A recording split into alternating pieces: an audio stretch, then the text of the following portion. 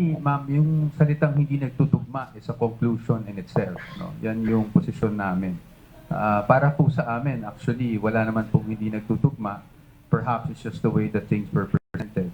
Obviously, as I said, we cannot disclose how we will defend the Vice President. But yung nangyari kahapon, of course, is something we already expected as a defense team, lalong-lalo na nung alam natin na itong committee hearings, nababalitaan natin yung mga subpoenas.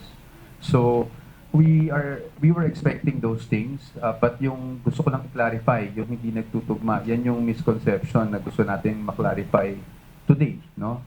Through responding to your questions.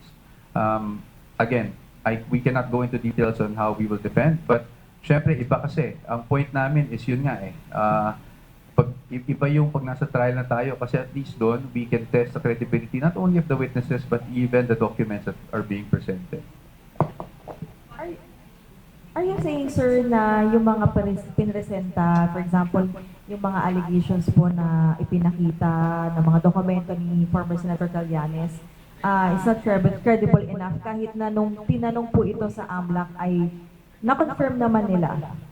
No, I like to correct that. No, I don't want also the former senator to also get a misimpression that I'm not saying it's not credible. What we're saying is we don't know, and we need to test the credibility of all these things. In fact, even in the Justice Committee, di ba, ang sinasabi nila, we're only here for probable cause. We're not here to test the credibility just yet. Di ba ganun din? So, that is why, kaya nga may trial. Kasi kung yung mga bagay na yan, credible na. So, ano pa ang, ba't pa tayo mag-impeachment trial? Di ba? So, kami talaga, we believe that pagdating ng panahon, kung talagang ito ay matransmit sa impeachment court, we are confident that we will be able to show na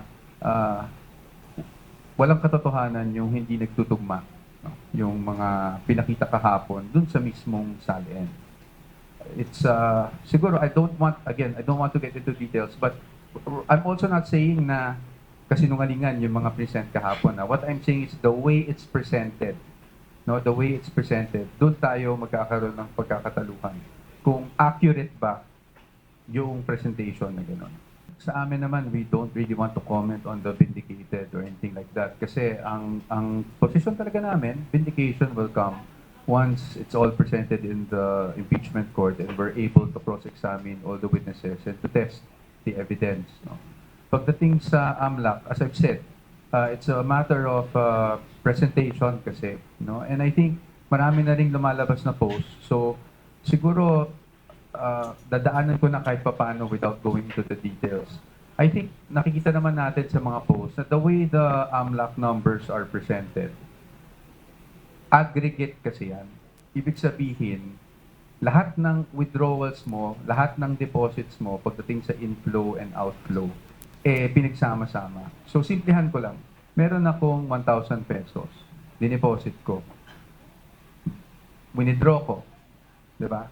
Ang lalabas sa total transactions mo, 2,000 na. Pero actually, ang nasa bangko mo, 0 na. Diba? So, ganun kasimple, no? Now, and so, kaya sinasabi namin na, again, hindi ko sinasabing maling AMLAC. I want to show due respect naman to AMLAC. But the way that AMLAC data is normally presented is that it is an aggregate of all transactions. Siguro balikan natin yung 2017, di ba nagkaroon ng issue na dyan noon. At in fact, AMLAC issued an official statement saying na hindi accurate yung accounts in terms of account balances or what is actually inside the bank account of a person.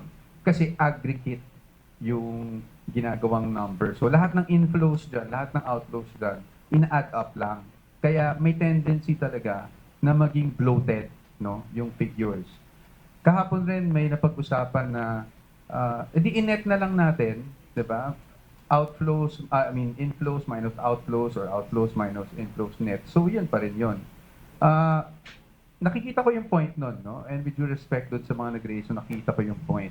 But our point naman is kung bloated na yung outflow mo, tsaka bloated na yung inflow mo, edi bloated din net, 'di ba? So doon na kami pinanggagalingan. Again, I don't want to go into the details na, but para lang maintindihan ng taong bayan na ganun kasi the way it's presented. Ina-add lahat ng deposits, ina-add lahat ng pumasok bale sa account mo, ina-add lahat ng lumabas. But it is not determinative or conclusive as to magkano ba talaga yung nasa loob ng account.